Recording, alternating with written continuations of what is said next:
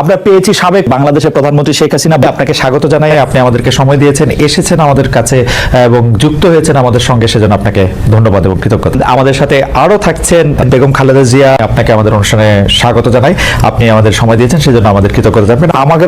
আমরা আসলে অনেকগুলি প্রশ্ন আপনাদের দুজনকেই করতে হবে, সেজন্য আমরা আপা এতদিন ধরে গর্তের ভিতরে থাইকা আপা সমানের দোয়া ইউনুস পড়ছেন বলেই না এমন বিজয়ের দেখা। পলানোর সময় সেই মানুষগুলির কথাও মনে পড়লো না শেখ হাসিনা। আপা আপনার একটু মন্তব্য শুনতে চাই, আপনি আমাদের একটু বলবেন জুলাই অভ্যুত্থানের ফল। দেশবাসীর কাছে আমি বিচার চাই, কি অপরাধটা কি করেছি যে এইভাবে, যেখানে আমি মানুষের ভাগ্য পরিবর্তনের কাজ করে যাচ্ছি, মানুষের জীবন মান উন্নয়ন করেছি। আজকে বাংলাদেশ সেই 2008-এর বাংলাদেশ আর 2024-এর বাংলাদেশ তো এক না। বাংলাদেশের মানুষের জীবন মান তো উন্নত হয়েছে, আমাদের অর্থনীতি আজকে কত কত উপরে উঠে গিয়েছিল, এবং এটা মনে হলো যে এটা আর কিছুই না, এটা আমাদের অর্থনীতিকে সম্পূর্ণ পঙ্গু করে দিয়ে বাংলাদেশকে আবার ভিক্ষুকের জাতি করে দেওয়া, এটাই বোধহয় এদের পিছনে ষড়যন্ত্র। সেটাই হচ্ছে সব থেকে দুঃখজনক, যে দিন রাত অক্লান্ত পরিশ্রম করে বাংলাদেশটাকে যখন একটা জায়গায় নিয়ে আসলাম, আজকে সেখানে দেখি এই একদিকে জ্বালা পোড়া সব কিছু। ঠিক যে প্রতিষ্ঠানগুলি মানুষের সেবা দেয়, আজকে মেট্রো রেলে চড়ে মানুষ কত অল্প সময়ের মধ্যে সময় বাঁচিয়ে কর্মস্থলে পৌঁছাতে পারতো, আবার ফিরতে পারতো। সেখানে ছাত্ররা, চাকরিজীবী, সাধারণ মানুষ সবাই তো যেতে পারতো।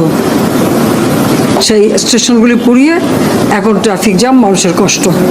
আমি তো কষ্ট লাঘব করেছি, কিন্তু যারা এইভাবে আগুন দিয়ে পুড়িয়ে মানুষের সে কষ্টে আবার ফেলে দিল, তাদের বিচার দেশের মানুষকে করতে হবে।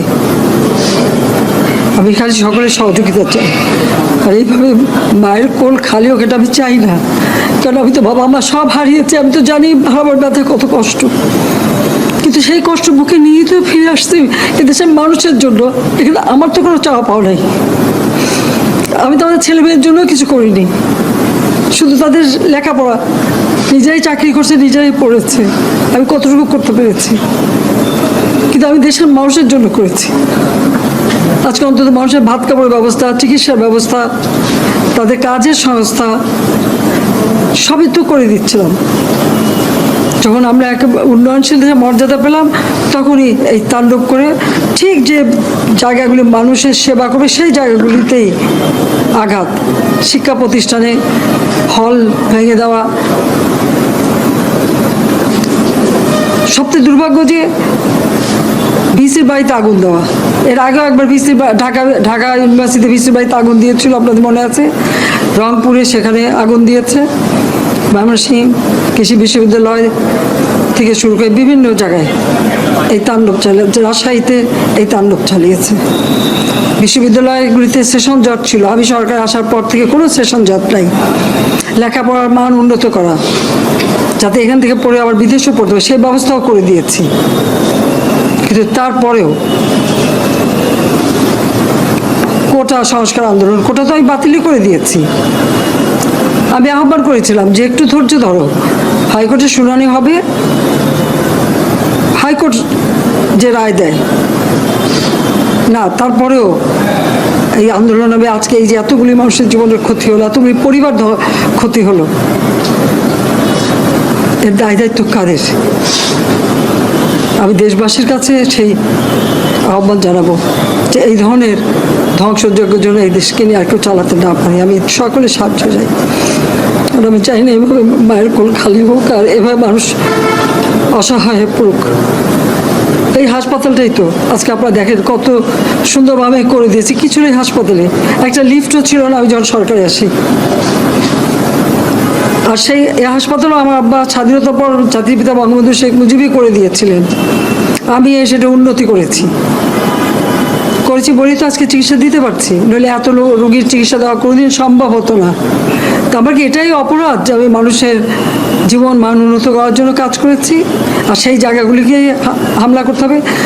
কোভিড-19-এর সময় যেখানে আমরা সব থেকে ভালোভাবে মানুষের চিকিৎসা দিতে পেরেছি, সেই কোভিড হাসপাতাল সেখানেও আগুন দিয়েছে। এটা কি ধরনের খেলা? যাক, আমি আর কিছু বলতে পারি না। আমি যে এগুলি এক একদিন দেখি আর শেখ হাসিনা আপনাকে অনেক ধন্যবাদ, অনেক ধন্যবাদ। বেগম খালেদা জিয়া, আপনি গণতন্ত্রের পক্ষে লড়াইয়ে সামিল হতে বলছেন, প্রশ্ন কেউ কেউ করছেন, প্রশ্ন উঠছে, আপনি কি এইসব মামলা মোকদ্দমা থেকে মুক্তি পেতে ডক্টর মোহাম্মদ ইউনূস সরকারেরই পরিবর্তন চাইছেন? বিসমিল্লাহির রহমানির রহিম। আসসালামু আলাইকুম।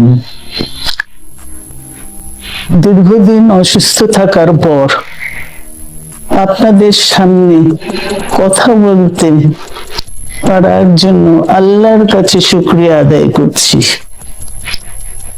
আমার কারাবন্দী অবস্থায় আপনারা আমার কারামুক্তি ও রোগ মুক্তির জন্য সংগ্রাম করেছেন, দোয়া করেছেন, সেজন্য আমি আপনাদের সকলকে ধন্যবাদ জানাচ্ছি।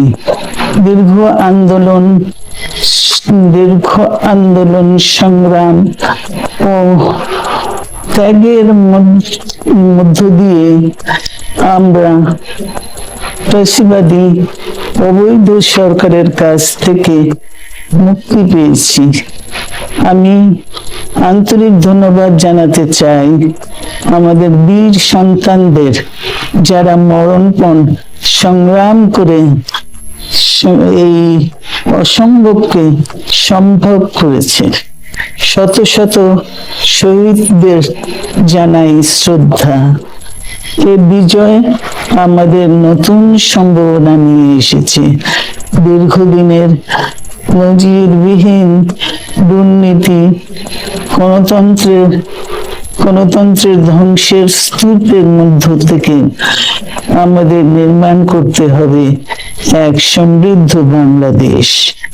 ছাত্র তরুণরাই আমাদের ভবিষ্যৎ।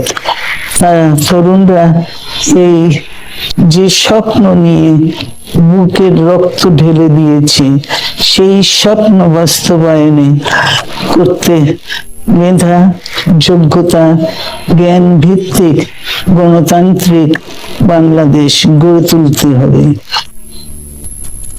শোষণহীন সমৃদ্ধ বাংলাদেশ, সকল ধর্মের গোত্রের অধিকার নিশ্চিত করতে হবে। শান্তি, প্রগতি আর সাম্যের ভিত্তিতে আধুনিক বাংলাদেশ নির্মাণে আসুন আমরা তরুণদের হাত শক্তিশালী করি। ধ্বংস নয়, প্রতিশোধ নয়, প্রতিহিংসা নয়, ভালোবাসা, শান্তি ও জ্ঞান